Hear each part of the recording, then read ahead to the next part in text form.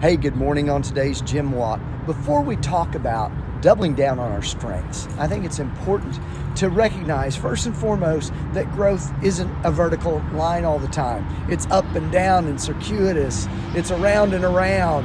Everyone has these kinds of stages, and sometimes I'm super critical because I judge myself thinking that there's one line and it's vertical all the time. So one way to keep the trajectory going the right direction most of the time is the recognition that you have strengths and you've got to exploit them.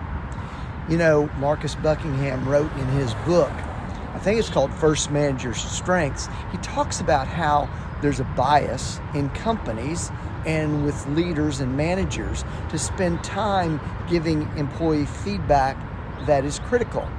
Things that you might not excel at. Think of your early reviews as an executive.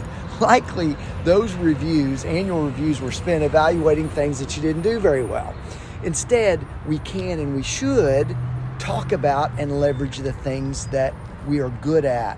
Because why? Well, we're likely to enjoy those things. We have a bias to gravitate toward them.